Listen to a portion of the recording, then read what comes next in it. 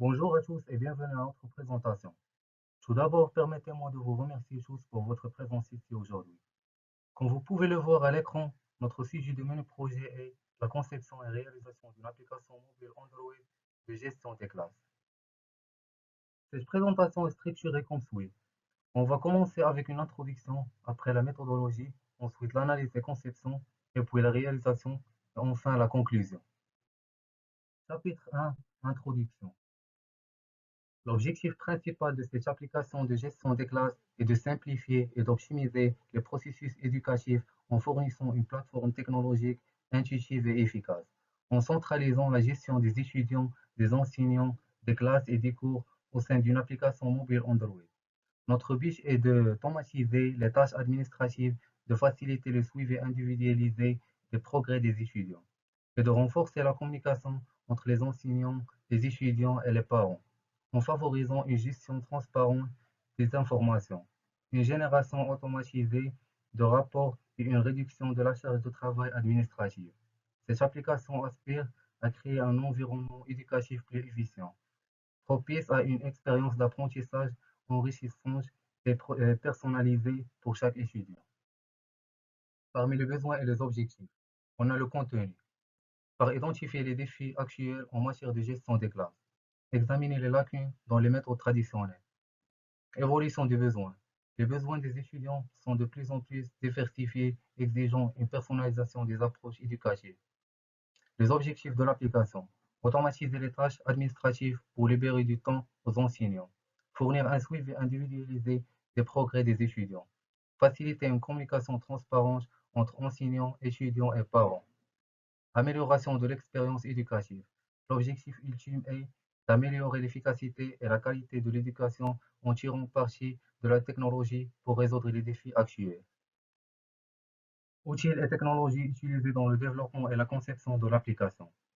Les outils de conception comme Figma est un outil de conception d'interface web collaborative. Canva est une plateforme de conception graphique basée sur le web pour créer des graphiques et le logo. Adobe XD est un outil de prototypage et de conception User Interface d'Adobe.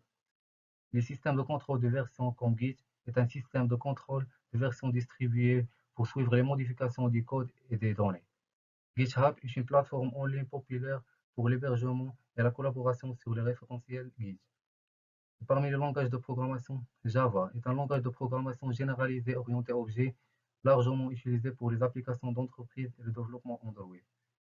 Les outils de développement Android, comme Android Studio, est un environnement de développement intégré officiel pour le développement d'applications Android. XML est un langage de balisage utilisé pour définir la disposition des écrans des applications mobiles. Firebase est une plateforme de développement d'applications mobiles et web de Google offrant une variété de services tels que l'authentification, la base de données et l'analyse en temps réel. Et on a StarUML, c'est un logiciel permettant de créer des diagrammes UML pour visualiser le système logiciel et comprendre l'objectif de chaque outil pour vous aider à décider lequel correspond le plus à vos besoins. Les types d'applications mobiles.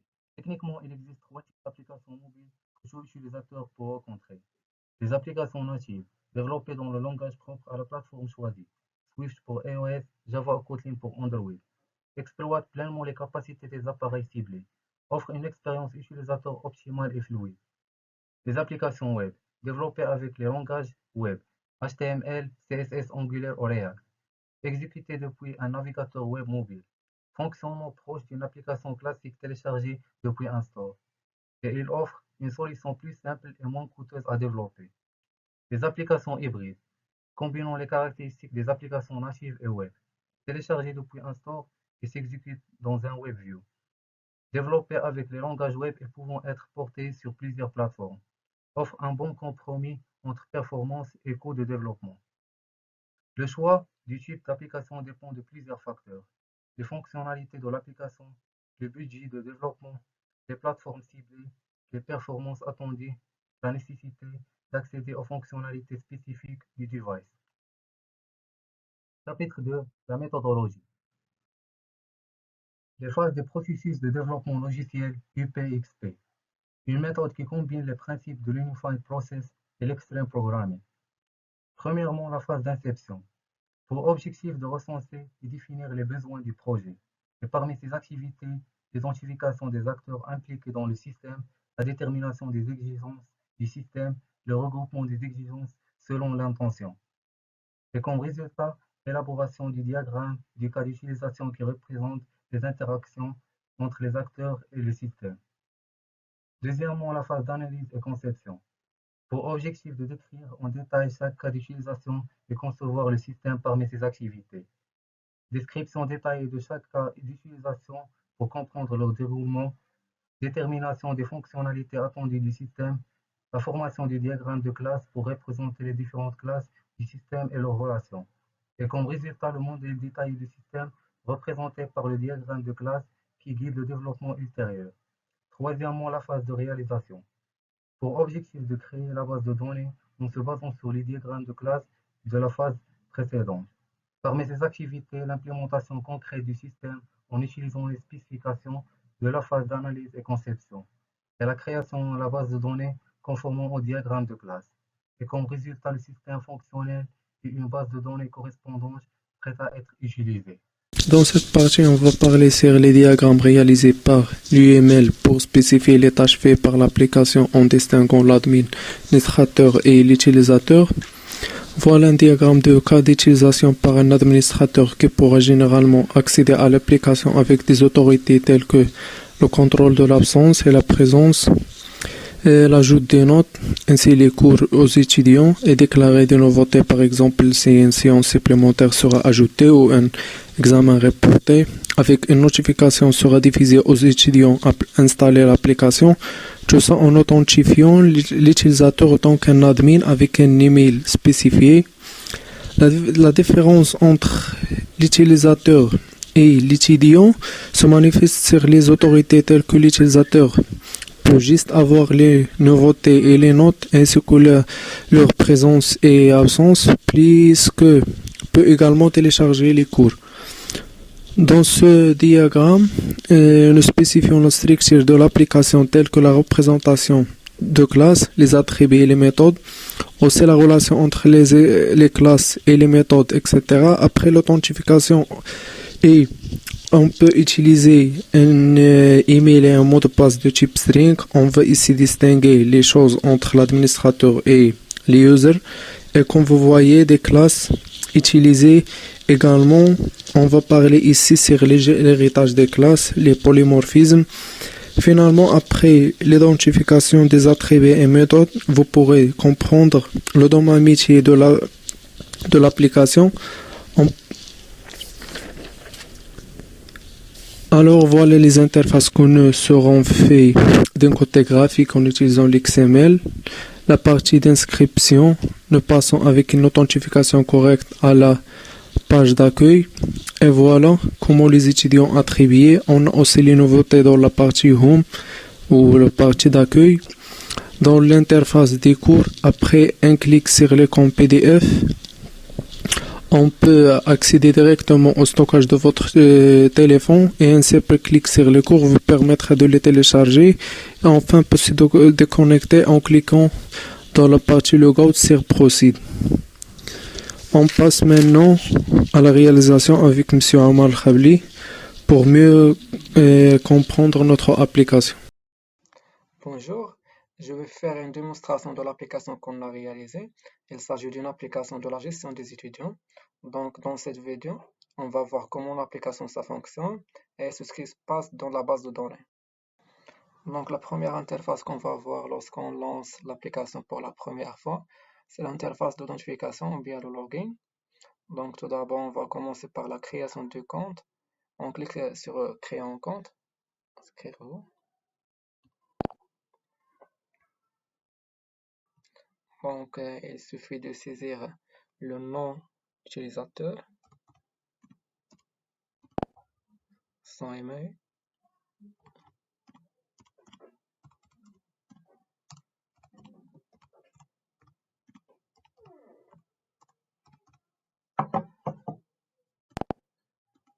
après un mot de passe,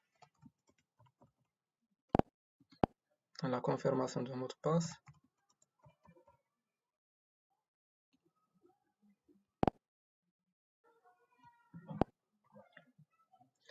Donc, le compte a été créé avec succès. Le compte vient d'être créé maintenant, donc on va voir dans la base de données est-ce que le compte a été ajouté.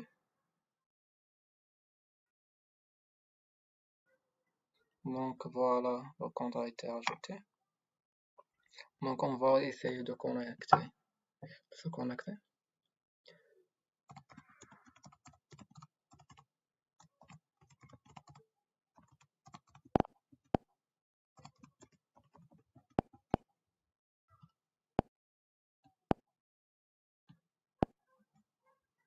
Et voilà.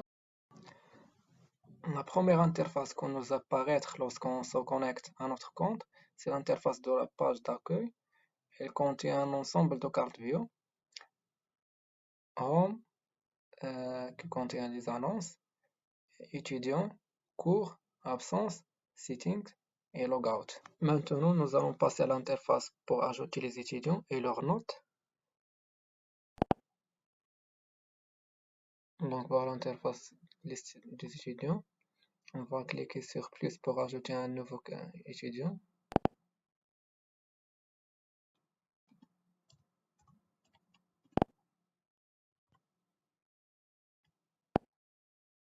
Donc voilà, on a remarqué qu'un nouveau child a été ajouté. Donc pour modifier ou supprimer un nom, on va cliquer sur un long clic sur l'item. Après, on va modifier le nom ou bien la note.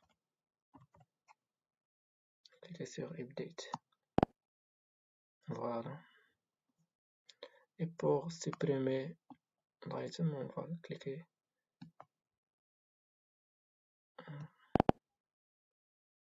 Donc, lorsqu'on clique sur l'interface absence, il est possible de noter les étudiants qui ne sont pas présents. Donc, voilà l'interface. Donc, premièrement, choisir la date. On prend par exemple la date 31. Après, on va cliquer sur plus et choisir les étudiants qui sont absents.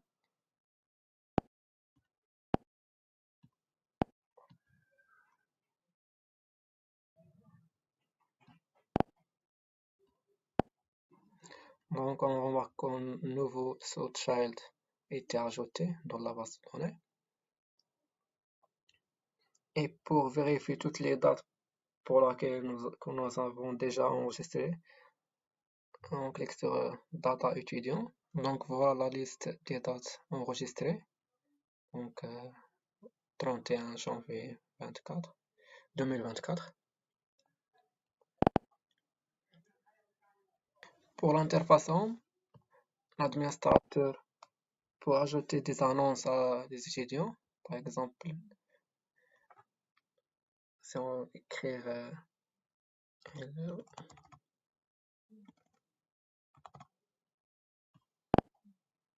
Donc l'annonce a été ajoutée.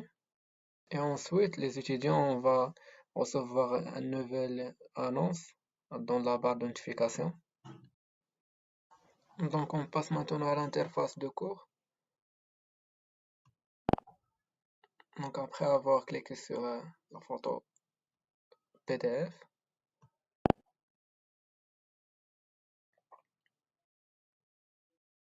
nous accédons directement au stockage de notre téléphone pour choisir le PDF. Après on va écrire un nom.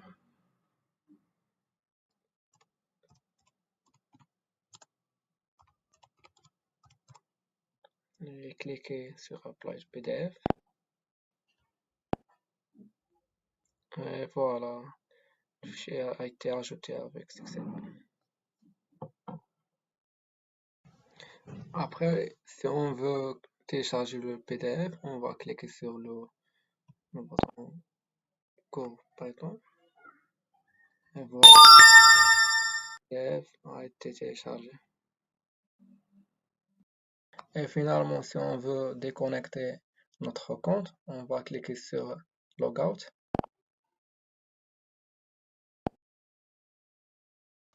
Maintenant, je vais accéder à un compte étudiant qu'on a déjà créé.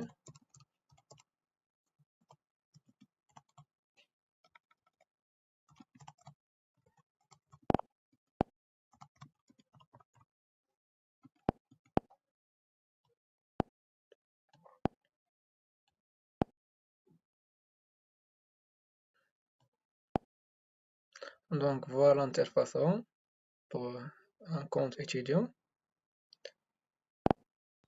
et l'interface cours pour un étudiant. La gestion de classe est une composante essentielle des processus éducatifs et l'application dédiée que nous avons explorée aujourd'hui représente un outil puissant pour faciliter ce processus. Son utilité réside dans sa capacité à créer un environnement d'apprentissage harmonieux, favorisant la concentration des élèves et améliorant la communication entre l'enseignant et les apprenants. En automatisant certaines tâches administratives, elles permettent également aux enseignants de consacrer plus de temps à l'enseignement et à l'interaction personnelle avec les élèves. Et l'importance de cette application vit au-delà de la simple gestion et organisation de la classe en facilitant certaines tâches spécifiques compatibles avec les besoins spécifiques de chaque étudiant et chaque professeur. Et enfin, je vous remercie tous pour suivre cette vidéo.